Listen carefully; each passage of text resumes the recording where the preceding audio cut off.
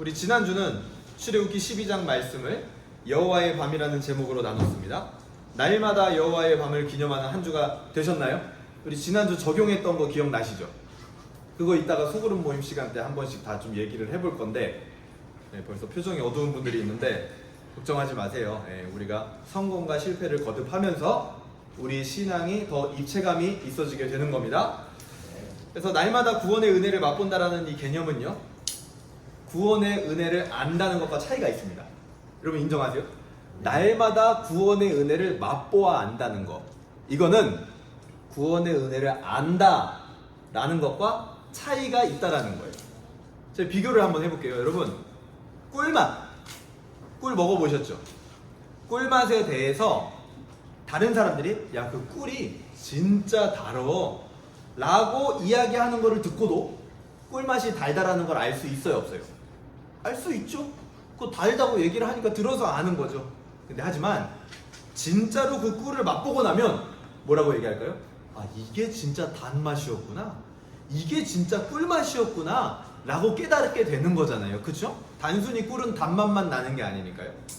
이와 같이 우리는 은혜로 얻은 구원을 반드시 어떻게 해야 되냐? 맛보아 알아야 됩니다. 경험해야 돼요. 내가 은혜로 구원받았다는 것을 그리스도인들은요 다 알고 있습니다. 모르는 사람 없어요. 내가 아무 나의 행위나 어떤 공로 그런 거 필요 없고 오직 하나님의 은혜로만 구원이 주어진 거다, 누구나 다 알아요. 근데 하지만 내가 정말 그것을 맛보았는가, 경험했는가, 그거는요 또 다른 문제라는 겁니다. 구원의 은혜를 듣기만 하고 경험치 못하는 것은 마치 이 땅을 살아가는데 사실은 내가 부자예요. 아버지에게 엄청난 재산을 상속받은 사람이에요. 그런데 그 상속이 얼마나 되는지도 모르고 가난하게 쪼들리는 사람과 같은 모습인 거예요. 아, 아버지가 나한테 뭐 얼마나 상속해 주셨겠어? 하고 통장을 안 열어봐요. 그러고 매일 가난하게 쪼들리면서 마음에 없이 막 살아갑니다. 그러다가 어느 날 통장을 딱 열어봤더니 그 통장에 찍힌 액수가 내가 상상을 초월하는 액수인 거예요. 그러면은 그동안 살았던 그 쪼들리면서 살았던 그 삶이 얼마나 우습겠어요, 자기가 봤을 때. 그 기간이 뭐냐면 구원을 맛보지 못한 채로 듣기만 해서 안 상태로 살았던 모든 기간인 거예요. 그래서 우리는 반드시 구원을, 은혜로 얻은 구원이라는 것을 경험하고 맛봐야 된다. 그냥 듣고 알면 안 돼요, 여러분. 그래서 청교도 신학자였던 존 오웬이라는 사람은 성경적 체험을 통해서 은혜를 경험하는 것이 얼마나 중요한지를 굉장히 많이 강조합니다. 원래 청교도들이요, 경험을 그렇게 많이 강조하는 사람들이 아니에요. 그럼에도 불구하고 청교도 신학자였던 존 오웬은 우리의 신앙에 이 경험이 굉장히 중요하다는 걸 여러 차례 그의 저서에서 강조를 해요. 그래서 그는요 어느 정도로까지 얘기를 하냐면, 교리적 지식과 신학적 소양이 많지만 냉담하고 사랑과 은혜가 없는 사람들보다 교리적 지식이 부족하고 신앙적 소양이 없으나 사랑과 은혜를 경험할 수 있는 공동체와 함께하는 것이 당신들에게 훨씬 나은 일일 겁니다 라고 실제로 그의 기도라는 책에서 권면을 합니다. 그만큼 경험을 강조한다는 거죠. 저는요 우리 공동체가 사랑과 은혜를 경험할 수 있는 공동체가 되기를 바랍니다. 은혜로 얻은 구원이 우리의 삶을 통해서 흘러 넘치기를 소망합니다. 그래서 오늘 누군가가 왔는데 누군가가 우리 교회에 방문하거나 왔을 때, 아, 이 교회는 정말 말로만 들었던 은혜로 얻은 그 구원이 실제로 맛볼 수 있는, 그게 나타나는 교회구나, 그냥 듣기만 하는 교회와는 다르구나 라는 것들을 우리 스스로도 그거를 깨달아, 그게 막 우리 안에 만연했으면 좋겠습니다. 그 은혜가 우리 안에 넘치길 소망합니다. 네. 오늘은 출애굽기 13장 말씀을 거룩한 기둥이라는 제목으로 한번 나눠보도록 하겠습니다. 우리 따라해 보겠습니다. 거룩한 기둥. 이 거룩한 기둥, 이게요 한자로 하면 뭔지 아세요? 거룩할 성에 기둥 주자를 씁니다. 성주. 연예인 중에 김성주 아나운서가 있죠. 그 김성주 아나운서 이름 뜻이 그거예요. 거룩한 기둥. 그래서 어머니가 크리스찬이시거든요. 그래서 아들 이름을 그렇게 지은 겁니다. 그 거룩한 기둥이 의미하는 게 뭘까요? 십자가를 의미합니다. 그래서 오늘 제목을 거룩한 기둥이라고 지어봤는데요. 편안함이라는 것. 편안함이라는 것은 무엇을 할 때 굉장히 중요한 기준이 됩니다. 우리가 말씀을 들을 때도 어깨를 푸는 이유, 우리의 마음과 육체의 긴장감을 좀 낮추기 위해서죠. 식당도요, 편안해야 됩니다. 그래야 사람들이 많이 찾는 식당이 되겠죠. 카페도 매장도 편안할수록 좋은 것 같습니다. 오죽하면요, 요즘은 이 서비스, 손님을 응대할 때 가장 중요한 기준이 뭐냐? 지식을 전달하거나 어떤 정보를 전달하는, 그게 중요한 기준이 아니에요. 왜냐면 그 지식과 정보는 손님들이 오히려 더 잘할 때도 있어요. 그 직원보다. 그래서 매장에 뭐 사러 왔는데 내가 설명해주지 않아도 손님 손에 뭐가 들려있어요? 스마트폰. 그래서 옷을 사러 왔는데 내가 가격 설명 안 해줘도 쿠팡에서 최저가를 찾아보고 있어요. 그런 시대가 됐단 말이에요. 지식은 평준화됐어요. 그렇기 때문에 그 손님을 얼마나 편안하게 해주느냐, 이게 사람들에게 중요한 기준이라는 거죠. 그래서 혹시 남자 손님이 들어왔을 때 이 직원의 과잉 서비스가 불편함을 그 사람에게 안겨줄까봐 오히려 그런 과한 서비스라든지 막 크게 인사하는 거라든지 막 와가지고 막 뭘 도와드릴까요? 라는 거를 줄이고 막는 매장들도 실제로 있습니다. 그래서 여러분 올리브영 같은 데 가면은요, 그 장바구니 그 밑에 뭐라고 써 있어요? 필요하면 직원을 불러주세요. 그리고 어떤 데는요, 매장에 가보니까요, 빨간색 바구니를 들면 내가 알아서 하겠다는 표시야. 근데 까만색 바구니를 들면 직원이 좀 도와줬으면 좋겠다라는 걸 표시하는 거예요. 그만큼 손님이 편안해하는지, 그게 중요한 기준이 된 시대라는 겁니다. 그만큼 사람들은요, 편안함을 좋아하고 추구합니다. 몸이 편한 것도 중요하지만 지금 이 시대는 심리적 편안함을 중시하는 시대가 된 것 같아요. 그래서 사람들은 그런 어떤 서비스, 매장, 식당 이런 데 갈 때도 심리적 편안함을 추구하지만 개인적으로도 명상이나 마인드 컨트롤 하는 방법, 이런 컨텐츠가 유튜브에서도요, 굉장히 많이 소비가 됩니다. 그래서 그런 편안함을 느끼기 위해서 사람들은 뭘 해요? 유튜브에 보면은 ASMR 해가지고, 우리 지금 장마가 시작되는데 비 오는 소리, 모닥불 장작 타는 소리, 풀벌레 소리, 귀뚜라미 소리, 그런 거를요 막 10시간짜리, 8시간짜리를 만들어 놨는데, 제가 어제도 비 오는 소리 이렇게 쳐봤거든요. 조회수가 어떤 게요? 3천만이에요. 그만큼 사람들이 이 편안함을 찾는다라는 거예요. 그리고 명상을 하고, 또 마인드 컨트롤 하는 방법, 내 감정을 조절하는 방법. 그게 뭐예요? 내가 조금 더 편안함 가운데 있고 싶어 하는 거죠. 어떤 선택을 할 때도 그 선택이 내게 편안해야 됩니다. 그리고 그것이 다른 사람을 혹시라도 불편하게 하지 않는지 굉장히 많이 고민을 하게 되죠. 그래서 편안함이라는 것도 중요하지만 동시에 다른 사람이 혹시 불편함을 느끼지 않을까? 라는 것도 굉장히 중요한 이슈가 되는 것 같아요. 그래서 사회적으로 어떤 일이 있을 때도 사람들이 뭔가 불편해 하는 사람들, 요즘 가면 갈수록 많아지죠? 뭐 사소한 것까지도 불편함을 느끼는 거예요. 왠지 저 연예인이, 저 정치인이, 저 사람이, 저 공인이 이렇게 하는 거 왠지 나 불편해. 그래서 그거에 딴지를 걸고 이슈가 되는 경우들이 매우 많습니다. 사람의 마음 깊숙한 곳에는 편안함에 대한 갈망, 그리고 그것을 채우기 위해 노력하고 때로는 제도를 바꾸기도 하지만 많은 시도들이 언제나 좋은 결과를 낳는 것 같지는 않아요. 그리고 사람들은요, 어느 정도 수준의 편안함이 주어졌다고 해서 만족하느냐? 그렇지도 않은 것 같아요. 오히려 더 큰 편안함을 요구하고 얻기를 원합니다. 그 말은 지금 느끼는 편안함이 언젠가는 불편함이 될 수도 있다라는 거예요. 지하철이라는 게 처음 생겼을 때는 얼마나 편했겠어요. 마차를 타고 다니던 시절보다. 근데 하지만 지금은 지하철 타고 다니는 게 굉장히 불편한 일이 되기도 합니다. 차가 없는 사람들에게. 궁극적인 문제 해결이 사람에게는 이루어지지 않고 있다는 거예요. 이 시대 자체가. 사람 마음에 있는 편안함에 대한 갈망은 무엇으로 채워질 수 있을까요? 오늘 본문은 우리의 이 편안함을 향한 욕구가 어떻게 해야 비로소 채워질 수 있는지 그 길을 제시합니다. 우리도 말씀을 통해서 그 길을 발견하여 우리 영혼의 편안함을 넘어 평안함에 이르는 길이 되기를 주님의 이름으로 소망합니다. 아멘. 여러분 아멘 하는 거예요? 자, 다시 한번 할까요? 영혼의 편안함을 넘어 평안함에 이르기를 주님의 이름으로 소망합니다. 네. 그렇죠. 잘했습니다. 오늘 본문은 짧아요. 13장인데 1절부터 22절까지밖에 없습니다. 그래서 두 단락으로 나눠서 볼 건데요. 먼저는 1절부터 16절입니다. 1절부터 16절은 딱 두 가지 주제를 얘기를 해요. 첫 번째는 또 다시 무교절. 지난번에 굉장히 많이 얘기했죠, 무교절.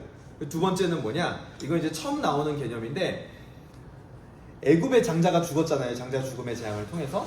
근데 그걸로 끝나는 게 아니라 이스라엘 너희의 처음 난 것들도 나에게 바쳐야 된다는 규례가 등장하게 됩니다. 그래서 이 1절부터 16절까지의 단락을 자세히 보게 되면 구조 자체가 어떻게 되어 있냐면 처음 난 거를 어떻게 처리해야 되냐, 그리고 그 다음에 무교절을 어떻게 지켜야 되냐, 그 다음에 다시 처음 난 거를 어떻게 처리해야 되냐 하고 A, B, A 프라임 정확하게 대꾸로 되어 있어요. 처음 난 거에 대한 문제, 무교절 지키는 문제, 처음 난 거에 대한 문제, 샌드위치 구조라고도 얘기를 하죠. 이 구조에서 말하고자 하는 바가 뭡니까? 무교절. 이 가운데 있는 이 무교절을 처음 난 것을 하나님께 바치는 그 문제로 연결해서 설명을 하고 싶은 거예요, 저자가. 이 무교절의 정신이 지난 시간에 뭐라고 말씀드렸죠? 기억나세요? 예습관. 묵은 누룩을 버리는 거. 그래서 누룩이 들어가지 않은 딱딱한 빵을 먹는 거. 그게 무교절의 정신이라고 얘기를 했습니다. 그것을 위해서 6월절의 은혜를 날마다 우리 안에 발생하도록 해야 된다. 예습관을 버리기 위해서. 그렇게 지난 시간에 얘기를 했죠. 오늘 본문은 이 무교절, 예습관을 버리는 것을 어떤 방식으로 설명하고 있어요? 처음 난 것을 하나님께 돌리는 것으로 연결해가지고 설명을 하고 있는 겁니다. 너희가 예습관, 묵은 누룩을 버리고 싶어? 그러면 가장 처음 난 것을 하나님의 것으로 인정하고 하나님께 돌려야 돼. 그렇게 설명을 하는 거죠. 특히 오늘 본문에서 무교병을 먹는다라는 것은 처음 난 것을 하나님께 바치는 것으로 동일시합니다. 그래서 보면요, 13장 한번 5절 볼까요? 5절. 여호와께서 너희를 인도하여 가나안 사람과 헷 사람과 아모리 사람과 히윗 사람과 여부스 사람의 땅 곧 내게 주시려고 내 조상들에게 맹세하신 바 젖과 꿀이 흐르는 땅에 이르게 하시거든 하면서 가나안 땅으로 갈 것이다 하는 내용이 5절에 나오죠. 근데 그 뒤에 11절도 한번 보세요. 11절 보면 11절에도 뭐라 그래요? 여호와께서 너와 내 조상에게 맹세하신 대로 너를 가나안 사람의 땅에 인도하신다 하고 가나안 땅으로 간다라는 게 5절과 11절에 똑같이 대칭이 됩니다. 그리고 6절과 12절에는 뭐가 대칭이 되냐면 그 땅에 들어가면 지켜야 될 것들이 이러이러하다. 그리고 8절과 14절에는 그러면 자녀들이 너희들한테 이런 것을 왜 하냐고 물어볼 텐데 그거를 이렇게 대답해야 된다. 그리고 나서 처음 너희가 난 것을 하나님 앞에 바칠 때, 그리고 무교병을 먹을 때는 그냥 너희끼리만 바치고 먹고 마는 게 아니라 미간에 기호를 삼고 손목에 띠를 띄워서 어떤 외적으로 보이는 표시를 만들어야 된다, 너희가. 그렇게 해서 정확하게 대칭을 하며 보여주는 거죠. 그래서 이 대칭은 무교병을 먹는 것과 처음 난 것을 바친다는 거, 요거를요 두 개를 동일시하고 있는 거예요. 무교병 먹는 거? 그건 처음 난 거를 바치는 거랑 똑같은 거야 라고 하나님이 얘기해 주는 거죠. 그래서 이 부분이 너무나 중요한 부분이기 때문에 하나님이요 계속 이 무교절을 반복해서 강조하고 있는 거예요. 은혜로 구원받았다라는 사실을 잊어버리면 우리는 구원을 받았음에도 불구하고 예습관을 그대로 가지고 살아가게 됩니다. 아까 처음에 말했던 것처럼 부자인데도 불구하고 쪼들리며 사는 모습으로 살아가는 거예요. 그게 얼마나 안타까운 삶입니까? 그러니까 하나님이 그렇게 살지 말아라, 그걸 계속 강조하는 거예요. 은혜로 너희가 구원받았으니까 너희 안에 있는 예습관을 다 버리고 살아가라. 진짜 이제는 부자니까 부자처럼 살아가라는 거예요. 2절 보겠습니다. 13장 2절 본문으로 들어가 보면요, 이스라엘 자손 중에서 사람이나 짐승을 막론하고 태에서 처음 난 모든 것은 거룩히 구별하여 내게 돌리라. 이는 내 것이니라 하시니라. 처음 난 것은 누구 거다? 하나님 거다. 이것은요 자연스럽게 애굽에 임했던 10번째 재앙이 생각나게 합니다. 그리고 그 재앙에서 이스라엘이 어떻게 면제되었는지 그거를 자연스럽게 떠올리게 하는 거예요. 처음 태어난 것은 다 내 것이다, 이 말 자체가. 처음 난 것을 하나님께 드려라는 것은 오늘 본문뿐만 아니라 이후에도 여러 번 등장을 합니다. 그런데 등장하는 본문마다 그 규정이요 조금씩 다 달라요. 근데 공통점도 있어요. 그 공통점이 뭐냐면 하나님께 처음 난 것이 바쳐질 때는 반드시 직접 혹은 간접적으로 생명을 포기하는 희생이 치러져야 된다는 거예요. 내가 처음 난 존재예요. 그런데 어떤 거는 간접적으로 나 대신 어린 양을 잡음으로 말미암아 처음 난 것을 바치는 규례가 되기도 해요. 근데 어떤 거는요 처음 났어요? 그럼 그거 자체를 하나님 앞에 희생으로 바쳐야 되는 경우도 있는 거예요. 직접이든 간접이든 어쨌든 뭐가 일어나야 된다? 희생이 치러져야 된다. 그게 바로 처음 난 것을 하나님께 바치는 그 규정의 모든 규정의 공통점입니다. 공통점. 3절 보세요. 모세가 백성에게 이르되 너희는 애굽 곧 종되었던 집에서 나온 그날을 기념하여 유교병을 먹지 말라. 여호와께서 그의 손으로 그 손의 권능으로 너희를 그곳에서 인도해 내셨음이니라. 애굽에서 이스라엘은요 여호와의 권능으로 나오게 된 겁니다. 무엇으로 나왔다고요? 여호와의 권능. 당시 이스라엘의 수가요 출애굽한 사람들 보면요 60만 가량 됐어요. 누구만? 보행할 수 있는 장정만. 그러면요 남녀노소 어른들까지 다 합치면은 한 200만 정도 됐을 거다라고 성경학자들이 이야기를 합니다. 200만이면요 우리가 보통 한 중대형 한 시가 인구가 30만에서 한 50만 정도 된다고 해요. 그러면 그 30만에서 50만 정도 되는 시가요 5개에서 7개가 모여 있는 거예요. 작아요? 커요? 굉장히 큰 거예요. 200만이면은. 그 정도면요 제가 봤을 때는 이 이스라엘 사람들을요 쿠데타를 일으켜가지고 애굽에서 뭔가 하나 할 수 있습니다. 근데 하지만 하나님이 그렇게 하셨어요? 그렇게 하지 않았어요. 하나님은요 오직 철저하게 하나님의 힘으로만 이스라엘을 구원해냈다라는 거예요. 그러니 무교절을 지켜라. 그러면서 너희가 하나님의 힘으로 구원받았다라는 것을 기억해라 라고 하나님이 강조하시는 거죠. 5절 보세요. 여호와께서 너를 인도하여 가나안 사람과 헷 사람과 아모리 사람과 히윗 사람과 여부스 사람의 땅 곧 내게 주시려고 내 조상들에게 맹세하신 바 젖과 꿀이 흐르는 땅에 이르게 하시거든 너는 이달에 이 예식을 지켜. 이제 점점 포커스가요 바뀌어져 갑니다. 이 전까지는 어디에 포커스가 있었어요? 애굽에서 어떻게 나올 것이냐. 근데 이제는 바뀌었어요. 어떻게요? 가나안 땅으로 어떻게 들어갈 것이냐. 그쪽으로 점점점 포커스가 바뀌어져 갑니다. 자, 아까 말씀드렸죠? 애굽에서 나올 수 있었던 것이 무엇으로 나올 수 있었다? 여호와의 손의 권능으로 나올 수 있었다. 그렇다면 가나안으로 들어가는 것도 마찬가지 무엇으로 들어갈 수 있다? 여호와의 손의 권능으로 들어가게 될 것이다. 하나님은요 이것을요 맹세하셨습니다. 약속하셨어요. 그러니까 이거를 풀어서 얘기하면 뭡니까? 구원받은 게 하나님의 은혜로 하나님의 힘으로 받은 것이라면 동시에 우리의 삶도 뭐로 이루어지는 거예요? 하나님의 은혜로 이끌려져 가고 이루어져 갈 수 있다는 거예요. 죄의 종에서 은혜로 건진받았다면 하나님의 자녀로 사는 것도 은혜로만 가능한 거다라는 거예요. 거기에 우리의 어떤 힘이 개입될 여지가 없다라는 거예요.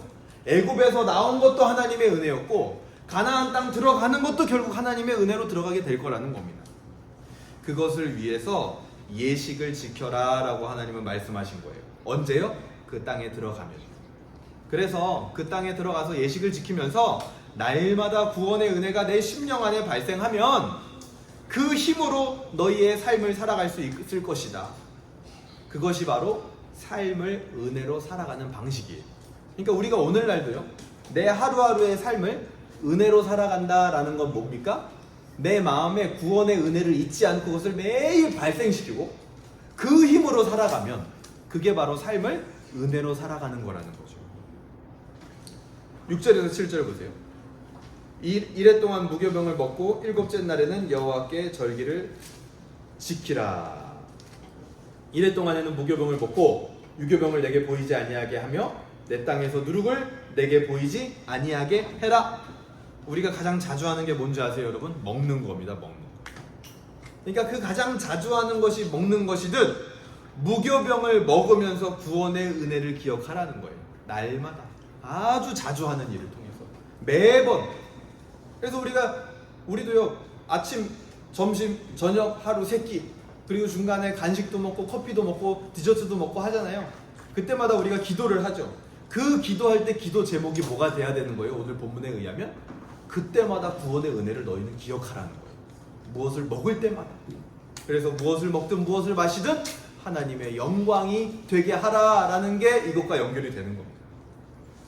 심지어 하나님은요, 모든 땅에서 누룩이 보이지 않게 해라 이렇게 말씀하셨어요. 삶의 모든 영역에서 예습관이 보이지 않기를 원하시는 거예요. 어떤 삶의 영역도 이전에 우상을 섬기던 습관과 같아서는 안 된다라는 거예요. 8절, 너는 그날에 내 아들에게 보여 이르기를 이 예식은 내가 애굽에서 나올 때 여호와께서 나를 위하여 행하신 일로 말미암음이니라 하고. 그래서 자녀들에게 너희가 뭘 가르쳐야 된다? 이런 것들, 지금까지 우리가 얘기했던 것들, 이런 절기의 정확한 의미들을 잘 가르치는 게 굉장히 중요하다라는 거예요. 9절, 이것으로 내 손에 기호와 내 미간에 표를 삼고 여호와의 율법이 내 입에 있게 하라. 이는 여호와께서 강하신 손으로 너를 애굽에서 인도하여 내셨음이니. 여기서 너희에게 있게 해라 라는 거는요, 기념하게 해라 라는 말하고 똑같은 말입니다. 뭐요? 발생하다, 벌어지게 해라 라는 뜻인 거예요. 손과 미간에 드러나도록 표를 삼어라. 무엇을 드러나도록 표를 삼으라는 거예요? 내가 은혜로 구원받은 존재입니다. 그것을 드러나게 하라는 거예요, 너희의 삶 가운데.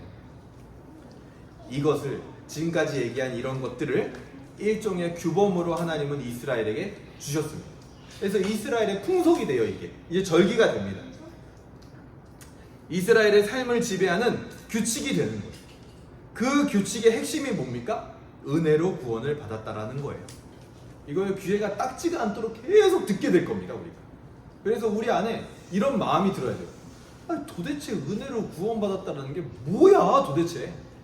아니, 듣기는 많이 들었어. 근데 그게 도대체 뭐야 도대체? 그러면서 내가 그것을 맛보고 싶어 해야 돼. 경험하고 싶어 하는 마음이 내 안에 일어나야 된다는 거예요. 은혜로 구원받았다는 거. 그게 바로 하나님이 이스라엘에게 주신 규칙, 규범의 핵심이었어요. 여러분, 어설픈 인간의 모범보다요, 하나님의 규범이 훨씬 더 낫습니다. 은혜로 구원받았다라는 그것을 기억할 수 있는 규칙, 규범.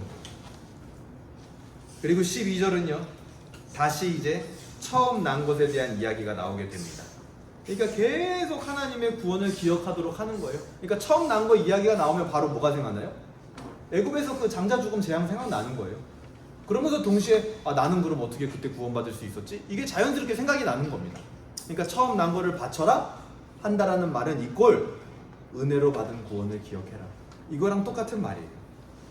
13절 보세요. 나귀의 첫 새끼는 다 어린 양으로 대속할 것이요 이렇게 나오죠. 대속한다라는 거는 값을 치르다, 석방하다, 해방하다, 속량한다라는 뜻입니다. 이 어린 양이라는 거는 정결함의 상징이에요. 정결한 무언가가 대속되었기 때문에 해방된 것임을 기억해라. 그렇지 않으면, 그걸 안 할 거면 나귀의 목을 꺾어라 라고 얘기를 합니다. 그만큼 이 일은 중요한 일이라는 거예요. 은혜로 구원받았다라는 그 사실이 우리 안에 작동이 안 되면 우리는 죽으니만 못한 존재가 됩니다. 실제로 여러분, 이번 주 아침 묵상 사도행전 8장에서 보세요. 은혜 없었던 시몬, 은혜 없었던 사울을 기억해 보시길 바랍니다. 은혜 없었던 이 시몬은요, 마치 예수님을 믿는 것처럼 제자들 무리를 따라다니기는 했지만 그 안에 은혜가 없으니까 나중에 무슨 말을 해요? 제자들이 사람들에게 안수할 때 성령이 내리는 것을 보면서, 야, 나한테도 그 능력을 좀 달라, 내가 돈을 지불하겠다, 막 그런 말도 안 되는 소리를 합니다. 그러니까 은혜 없는 사람의 끝이라는 게 결국 어디까지 가냐? 성령조차도 자기의 유익을 위해서 이용해 먹는 지경까지 가게 된다는 거예요. 바리새인들과 서기관들도 그랬죠. 심지어 하나님의 말씀조차 자기의 유익을 위해서 써먹는 거예요. 사울이 어땠습니까? 사울이 나중에 바울로 바뀌어가지고 엄청난 하나님의 일들을 하죠. 근데 그 대단한 바울도 은혜가 없었을 때는 어땠냐고요? 교회를 핍박하는 존재에 불과한 거예요. 그러니까 우리 안에 은혜로 얻은 구원을 날마다 상기한다라는 거, 그게요 얼마나 중요한 일이 되는지. 그게 옵션이 아니에요, 여러분. 있으면 좋고 없으면 말고, 이게 아니라 그게 없으면 우리는 성령도 이용해 먹는다고요. 우리가 성령께 이용되는 게 아니라 매우 무서운 상태가 되는 겁니다. 14절 보세요. 후일에 내 아들이 내게 묻기를 이것이 어찌 됨이냐 하거든 너는 그에게 이르기를 여호와께서 그의 손의 권능으로 우리를 애굽에서 곧 종이 되었던 집에서 인도하여 내실세. 또 얘기해요.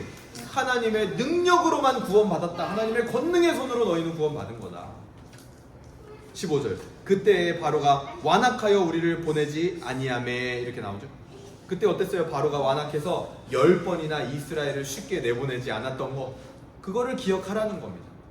만약에 이스라엘이 바로의 그런 모습을 다 봤는데도 불구하고 자기들도 그렇게 완악한 마음을 먹는다면 그건 어떨까요? 진짜 어이가 없는 거죠. 아니, 바로의 그런 모습을 봐놓고 이야 저 바로 진짜 완악하다. 우리가 어때요? 세상 사람들을 볼 때, 누군가를 볼 때, 믿지 않는 사람들을 볼 때 와 어떻게 저렇게 완악할 수가 있을까 하면서 동시에 내가 완악한 마음을 갖는다. 정말 어이없는 일인 겁니다. 그래서 이스라엘은, 우리는 더더욱 은혜로 얻은 구원을 우리 안에 날마다 발생하도록 기념해야 되는 거예요. 그렇지 않으면 어우 저 진짜 너무 완악하다 바로가, 그래 놓고 나도 누군가에게 완악하게 굴고 있게 된다라는 거예요. 그 얼마나 무서운 일입니까? 그리고 두 번째 단락 17절에서 22절은 구름기둥과 불기둥이 등장을 하게 됩니다. 앞선 단락에서는 계속해서 강조점은 하나였어요. 은혜로 받은 구원을 기억해라. 그거를 기억하기 위해서 무교절과 처음 난 것을 하나님께 바치는 그 규례를 너희는 지켜야 된다. 그거를 안 지키면 너희는 금세 은혜로 받은 구원을 까먹게 될 것이다. 이게 강조점이에요. 두 번째 단락은요, 구름기둥과 불기둥. 17절 보세요. 바로가 백성을 보낸 후에 블레셋 사람의 땅의 길은 가까울지라도 하나님은 그 길로 인도하지 아니하셨으니. 그러니까 애굽에서 나와가지고요, 하나님이 이제 가나안 땅으로 들어가는데 애굽으로부터 시작해서 가나안 땅으로 가는 굉장히 가까운 길이 있습니다. 그건 뭐냐면 위에 바닷가 길을 이렇게 따라가면 가나안 땅으로 그냥 바로 들어가요. 요단강 쪽으로 건너가지 않고. 근데 하나님은요 그 길로 인도를 안 하셨다는 거예요. 왜요? 그쪽에 블레셋이 있었거든요. 근데 그 블레셋을 만나면 이스라엘이 전쟁을 하다가 마음이 약해지는 거예요. 힘든 일을 겪으니까. 그래서 어떤 마음을 먹을 거래요? 아, 안 되겠다. 애굽으로 그냥 돌아가자. 이럴 수 있다라는 거예요. 그래서 하나님은요 그들을 그 가까운 길로 인도하지 않고 홍해 광야로 인도를 해 갑니다. 아니 여러분 생각해 보세요. 하나님이 초강대국이었던 애굽도 꺾은 하나님이거든요. 근데 그 가나안 족속 중에 하나였던 블레셋, 그 블레셋도 꺾지 못할까요? 이기겠죠. 당연히 애굽도 이겼는데, 이거는요 상식적인 일입니다. 하나님의 능력이 애굽을 꺾었으면 가나안도 꺾을 수 있다. 이게 얼마나 상식입니까? 그런데 이스라엘이라는 게, 이스라엘의 상태가 어떠하냐, 그 상식의 범주에 벗어날 정도로 굉장히 유약하다라는 거, 그거를 하나님은 잘 알고 계시는 거예요. 그렇기 때문에 이스라엘을요 그 길로 인도하지 않아요. 상식의 범주에서 벗어나요. 우리도 그럴 때가 많죠. 전지전능하신 하나님을 믿는다고 하면서, 그 하나님에게 기도하면 된다고 하면서, 그거는요 상식이에요, 하나님 입장에서. 근데 그 상식의 범주에서 우리는 항상 벗어나죠. 그래서 항상 하나님께 놀라움을 선사하죠. 아니, 기도하면 되는데 이상한 짓을 하고 있네? 정말 놀랍다. 근데 하나님은요 그거를 다 알고 계신다. 은혜로 구원받았다는 사실을 아는 것과 그것이 실제로 내 삶에서 경험으로 나타난다는 것은 굉장히 다른 차원의 영역이라고 말씀드린 것과 똑같은 겁니다. 야, 너희가 구원을 은혜로 받았으면은 삶에서 그 은혜를 경험한다는 것, 그것도 당연한 건데 그 부분은 열려지질 않고 있는 거예요. 그래서 하나님은요 블레셋을 만나지 않도록 하십니다. 18절에 보시면, 그러므로 하나님이 홍해에 광야길로 돌려 백성을 인도하심에, 이렇게 나오죠. 광야길로 돌려 백성을 인도하셨다. 여기서 우리 잠깐 성경, 신앙, 상식. 이 홍해라는 게요, 영어로는 뭐냐면 말 그대로 레드씨예요. 레드씨. 히브리어로 보면 뭐라고 돼 있냐면 얌 수프 이렇게 돼 있습니다. 얌 수프. 그런데 영어로요, 갈대라는 게 레드랑 스펠링이 거의 비슷해요. 뭐라고 돼 있냐면 리드, 이가 하나 더 들어가 있어요. 리드라고 돼 있고, 갈대를 히브리어로 뭐라 그러냐면, 그러니까 홍해는 얌수프라 그랬죠. 갈대를 히브리어로 뭐라 하냐면 그냥 수프 이렇게 얘기를 해요. 그래서 이 본문의 홍해 바다를 진짜 바다가 아니라 갈대 바다다, 갈대 밭을 건넌 거다 라고 주장하고 이야기하는 사람들이 있습니다. 그래서 레드씨가 아니라 리드씨다, 갈대 바다가 상징적으로 표현이 된 거다 라고 이야기하는 사람들이 있어요. 왜냐면 아까 원어로도 그 수프가 갈대라고 했잖아요. 홍해를 얌수프라고 여기 기록이 돼 있거든요. 물론 이 수프라는 단어만 보면 갈대가 맞습니다. 근데 하지만 홍해는 수프라고만 부르지 않고 뭐라고 부른다고요? 얌수프라고 조합된 단어예요. 그래서 그 단어를 무조건 갈대로 봐야 한다는 근거는 없습니다. 그리고 실제로 하나님이 이스라엘을 인도하셨다라고 할 때 그 경로에 그 바다라고 부를 만큼의 갈대가 있는지 그것도 밝혀진 바가 없어요. 그 정도의 습지가 없습니다. 그리고 이스라엘 역사에서 얌수프가 홍해 외에 다른 것을 의미하고 있지도 않아요. 그래서 우리가 이런 것들을 좀 잘 알아야겠어요. 왜냐면 많은 또 성경학자들이 이거를요, 진짜 바다 그 깊은 데를 어떻게 건널 수가 있냐, 그게 말이 되냐, 이거는 상징적으로 갈대를 건넌 것이라고 봐야 된다라고 주장하는 사람들이 매우 많아요, 여러분 생각보다. 그리고 앞으로도 여러분 많이 만나게 될 거고 유튜브 같은 데서 또 보게 될 겁니다. 그때 흔들리지 마세요. 수프는 갈대가 맞아요. 근데 하지만 홍해는 얌수프라는 조합된 단어이기 때문에 그거를 꼭 갈대로 봐야 된다는 근거는 전혀 없는 겁니다. 어쨌든 이스라엘은 홍해 광야로 인도되어져 갑니다. 대열을 지어서 가는데, 이 대열을 지었다라는 거는 군대를 묘사할 때 쓰는 표현이에요. 대열을 짓다. 근데 이스라엘은 좀 특이한 군대죠. 어떤 군대예요? 적이 나타나면 겁먹는 군대. 마음이 유약하고 용기도 없고 기백도 없는 군대예요. 하나님의 도움을 받아야 되는 군대인 거예요. 19절 보세요. 모세가 요셉의 유고를 가졌으니 이는 요셉이 이스라엘 자손으로 단단히 맹세하게 하여 이르기를 하나님이 반드시 너희를 찾아오리니 너희는 내 유고를 여기서 가지고 나가라 하였음이더라. 요셉의 유골이라는 거는 하나님 언약의 신실함을 잘 나타내는 도구입니다. 그 뼈 자체가 무슨 어떤 능력이 있는 건 아니에요. 근데 하지만 그것이 의미하는 거는 하나님 언약의 신실함이다. 요셉의 뼈는요, 이스라엘의 과거를 의미합니다. 애국으로 들어왔던 과거. 과거의 언약대로 요셉의 뼈는 지금 가나안 땅으로 옮겨지고 있는 거예요. 그러니까 하나님의 언약이 얼마나 신실합니까? 그리고 지금 이스라엘이 가고 있는 가나안이라는 곳은 뭐예요? 이스라엘의 미래를 의미하죠. 이 과거와 미래가 하나님의 인도 안에서 적절하게 조화가 되고 있는 것을 보여주는 게 바로 이 19절입니다. 하지만 우리는 많은 경우에 새 것에 집착하거나 반대로 과거에 집착하려는 경향들이 있는 것 같아요. 사람이나 교회나. 새 것에 집착하는 사람들의 근거는 뭐냐면, 지금 이 시대가 예전과는 많이 달라졌기 때문에 예전의 방법들이 더 이상 통하지 않을 거다라는 믿음을 가지고 있어요. 그들은 보면. 반대로 과거에 너무 많이 사로잡혀 있어서 새로운 시대와 문화가 복음과 어떤 상관이 있는지 알려고 하지 않고 오직 과거를 유물 삼아서 그것만 붙들면 되고 있을 것으로 믿는 사람들도 있습니다. 그런 교회들도 있어요. 우리는 이랬으면 좋겠어요. 과거 전통적인 교회들이 해왔던 좋은 것들이 있습니다.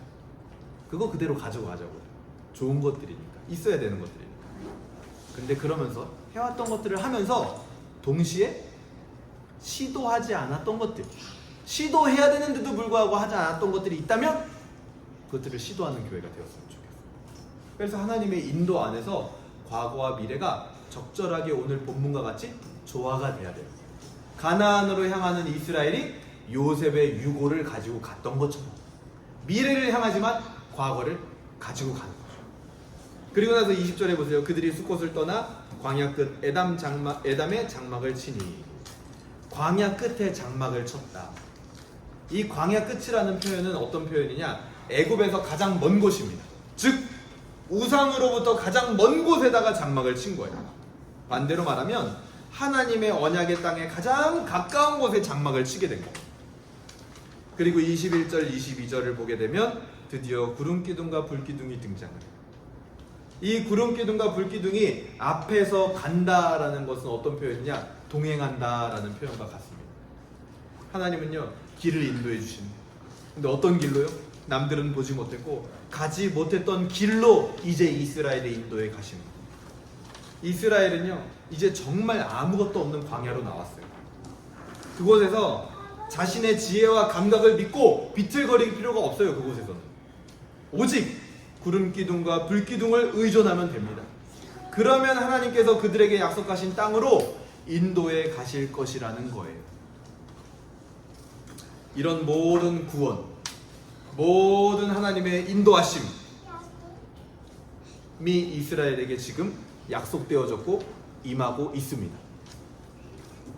근데 그럼에도 불구하고요, 여러분, 이스라엘이 광야의 길을 갈 때 얼마 못 가서, 이제 좀 있다가 얼마 못 가서 민수기 14장에 보면 충격적인 일이 일어나는데, 그게 뭐냐면 이스라엘 백성들이 새로운 지도자를 세워서 우리 애국으로 돌아가자, 이 결론을 내게 됩니다. 자기들.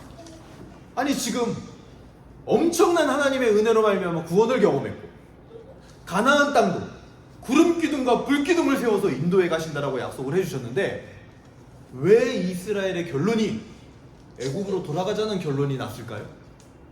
여러분 한번 생각해 보자고요. 왜 그랬을 것 같으세요?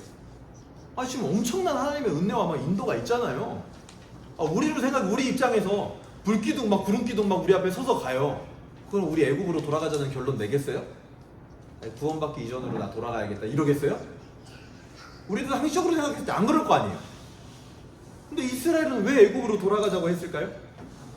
이유는 다른 데서 찾는 게 아니에요. 오늘 본문의 이유가 있어요. 뭐냐면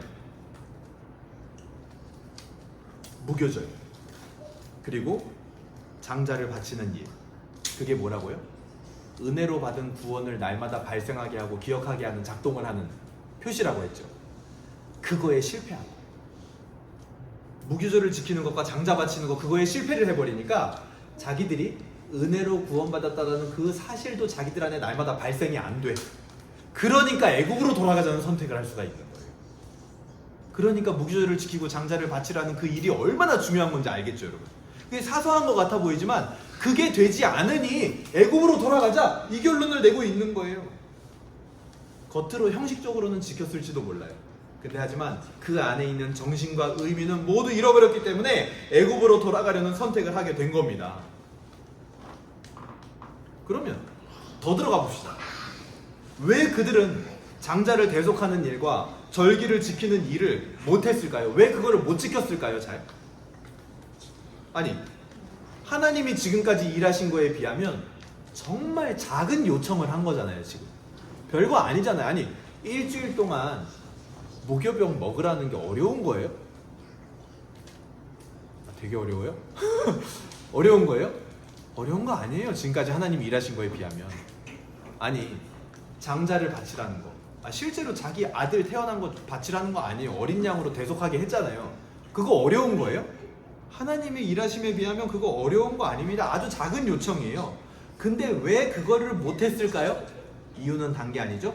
하나님이 주신 것을 별거 아닌 걸로 여기는 마음이 그들에게 있었다라는 거예요. 이스라엘이요, 애굽으로 돌아가려고 했던 이유 중 주요한 원인 중 하나가 뭐였는 줄 아세요? 진짜 어이없어요. 먹고 마시는 것 때문이었어요.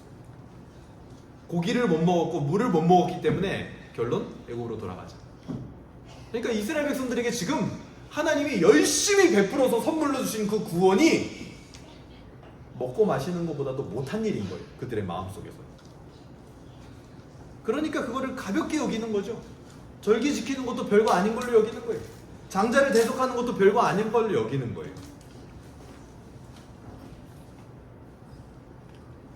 그리고 두 번째 애굽으로 돌아가려고 했던 원인이 뭐냐? 어떤 길로 가면 훨씬 더 빨리 가나안 땅으로 들어갈 수 있어요. 근데 그 길이 다른 족속에 의해서 막힐 때가 있었습니다. 그러니까 돌아가야 됐어요. 그러니까 어때요? 불편해요. 힘들어요. 그러니까 애굽으로 돌아가자라고 얘기가 자꾸만 나오는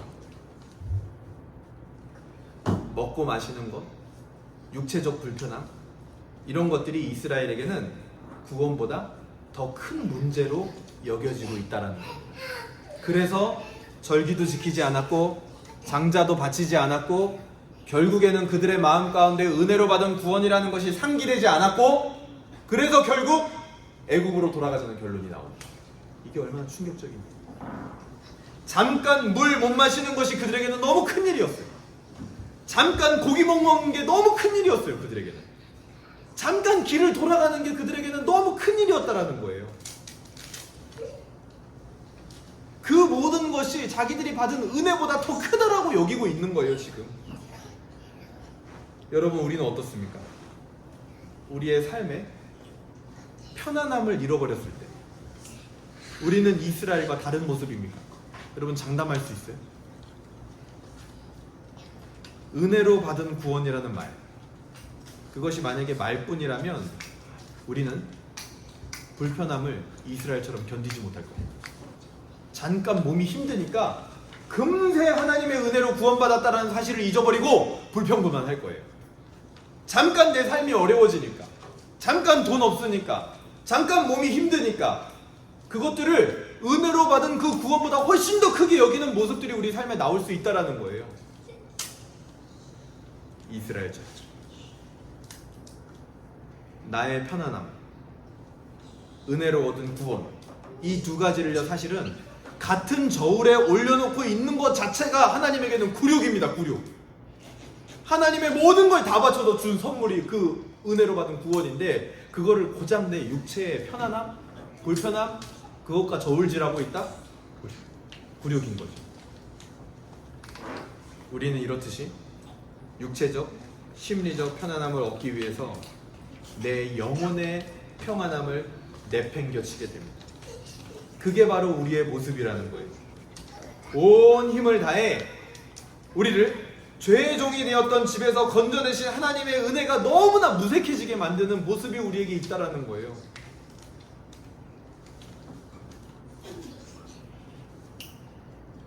그래서 말씀을 버리는 거죠.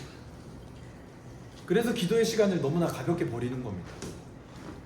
잠깐 내 몸이 불편한 것 때문에, 잠깐 내 육체의 편안함 때문에 그것을 위해서 애굽으로 돌아가는 길들을 사소한 부분에서 날마다 선택하며 살고 있다는 거예요. 내 영혼의 평안함 없이 심리적, 육체적 편안함을 느끼려는 그게 바로 뭐냐? 우상입니다. 우상. 그게 바로 묵은 누룩이에요.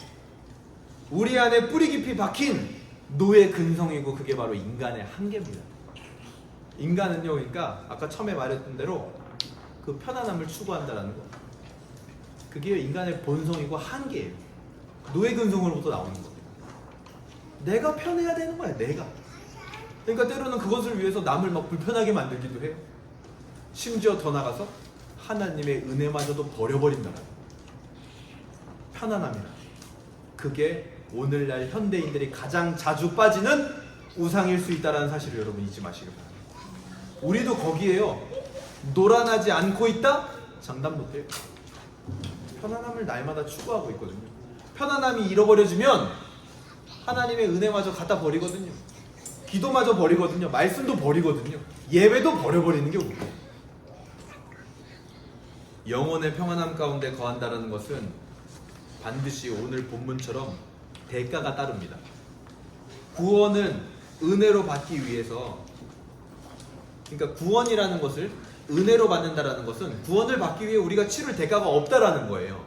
그러나 구원의 은혜를 날마다 우리 심령에 발생하게 하는 데는 대가가 필요해요. 반드시. 무슨 대가? 무교절 때 무교병 먹으면서 생각해야 돼요. 처음 난 것을 하나님 앞에 바치면서 그걸 생각해야 돼요. 그런 정도의 대가는 치러야 된다는 거예요. 그게 별거 아닐지라도. 그때 구원의 은혜로 인한 영혼의 평안함이 우리 안에 비로소 발생할 수 있는 겁니다. 날마다 상기될 수 있는 거예요. 마찬가지예요. 우리도요, 은혜로 구원받았습니다. 근데 그거를요, 내가 맛보고 경험하고 우리 안에 날마다 새롭게 계속 되게 하려면 대가를 치러야 돼요. 어떻게 해야 됩니까? 기도의 자리에 가야죠. 말씀을 펴야죠. 그래야 그게 우리 안에 발생할 수 있는 거예요. 근데 그게요, 사실은 얼마나 보잘것없는 거예요. 하나님이 하신 거에 비하면.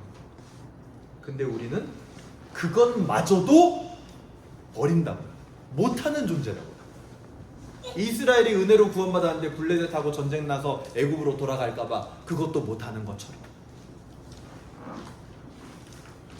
하나님의 은혜에 비하면 너무 보잘것이 없어 민망할 정도지만 우리는 그것에도 실패하고 있다는 거예요. 기도하는 일, 말씀 보는 일, 예배하는 일, 찬양하는 일. 여러분, 그냥 한번 가만히 여러분 오늘 자기 스스로를 돌아보고 생각해 보세요.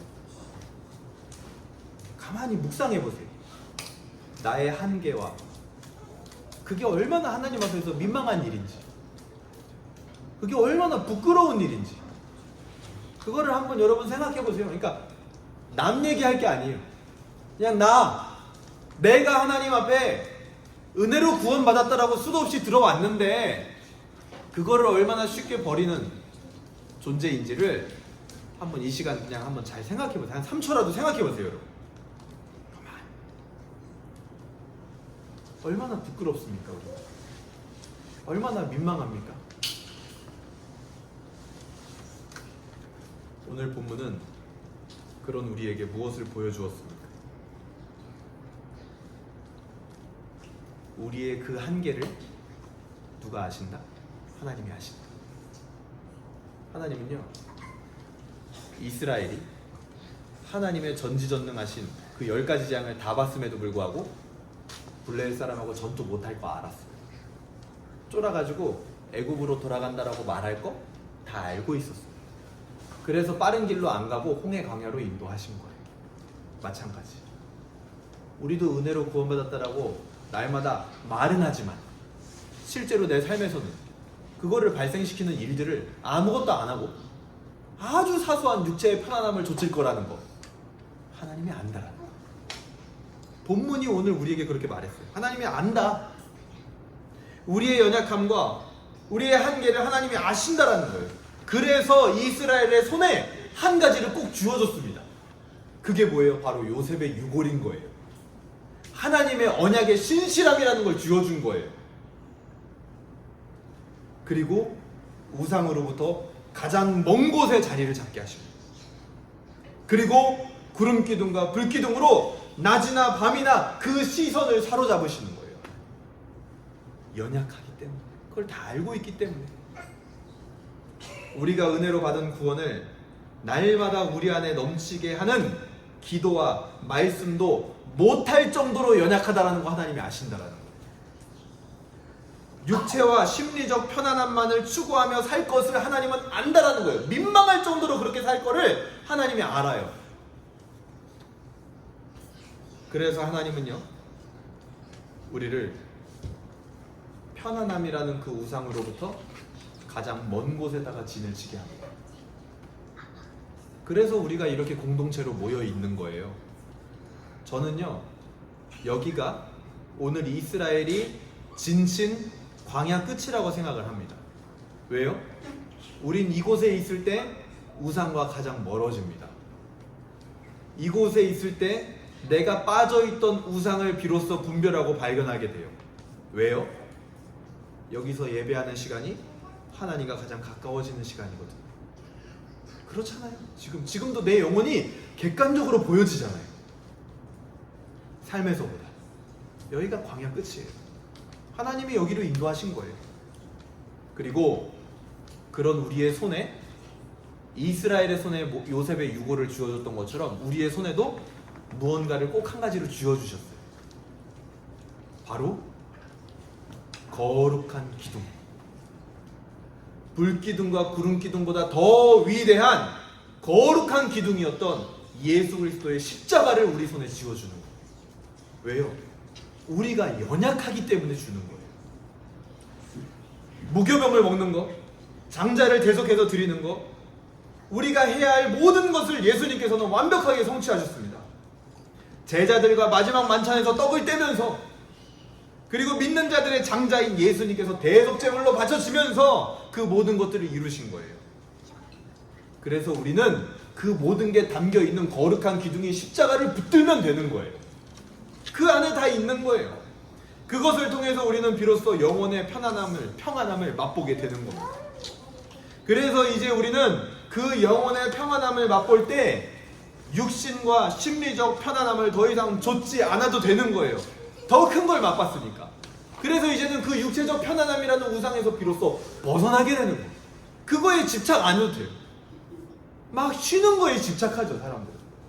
내가 좀 편안하고 스트레스에서 벗어나는 거에 막 집착하죠. 그럴 필요가 없다라는 거예요. 에베소서 3장 17절 한번 보겠습니다.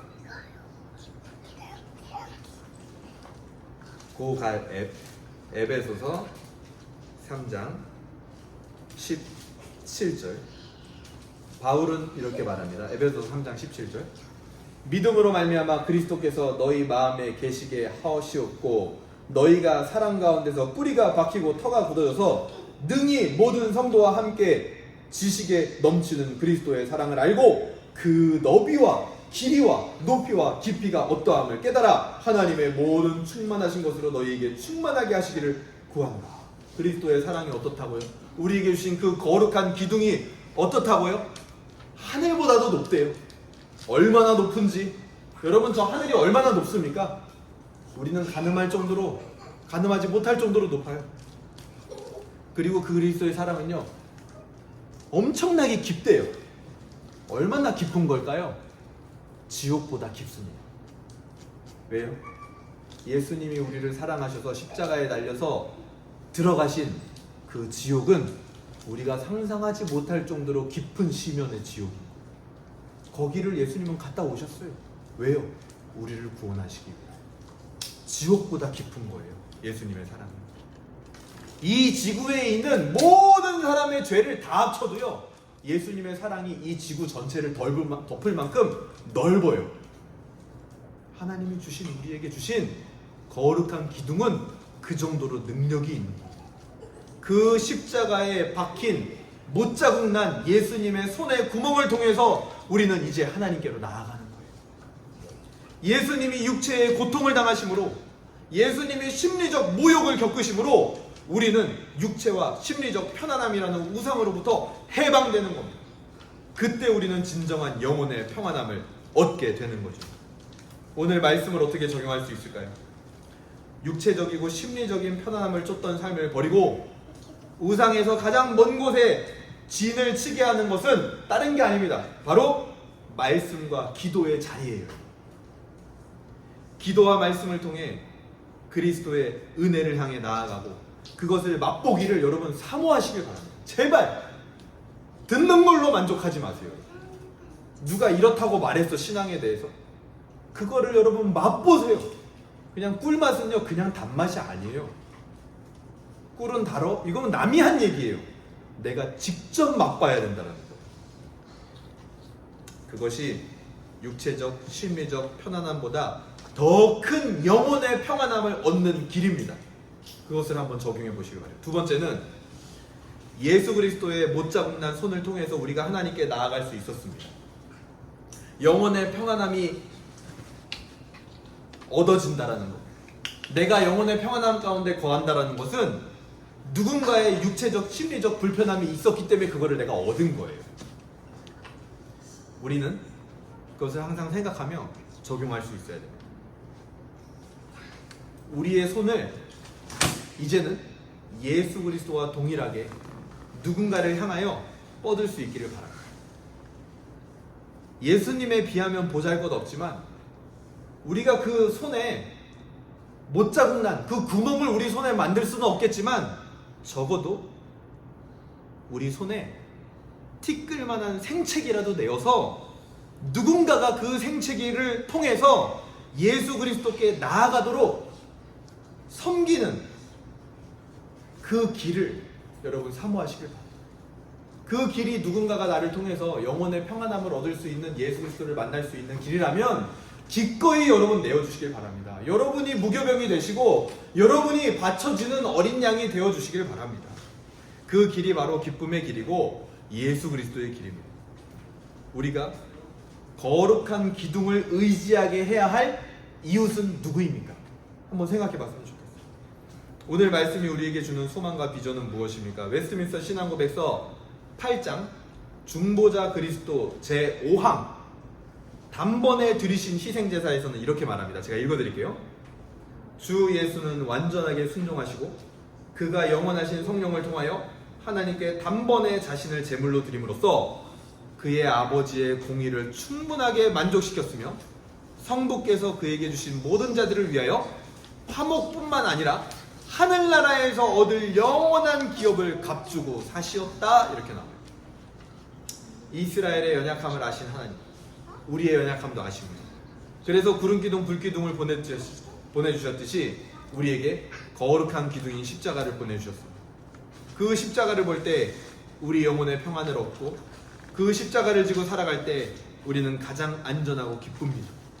거룩한 기둥이 우리를 하늘나라에서 얻을 영원한 기업으로 인도하는 겁니다. 불기둥이 가나안으로 인도했던 것처럼. 그때요 아마 지상 최대의 반전이 일어날 거예요. 여러분. 우리는요 지금 이 땅에서는 상상 못할 겁니다. 그냥 이 땅에서는요 좀 욕심 부리고 잘 먹고 잘 사는 사람들, 뭐 목회적으로 사역적으로도 마찬가지예요. 그냥 이렇게 저렇게 좀 막 자기가 주인공 되고 좀 욕심 부리고 이런 사람들이 잘 되는 것 같아 보이죠. 근데요 거룩한 기둥이 우리를 이끌고 가는 종착점이 하늘나라에서요, 여러분 제가 장담합니다, 엄청난 반전이 일어날 거예요. 우리는 상상 못할 겁니다. 정말 이 땅에서 아무것도 아닌 것 같았던 자들이 거기서는요 왕처럼 대우받고 있을 거예요. 그 반전이 여러분 분명히 있어요. 여러분 정말 있습니다.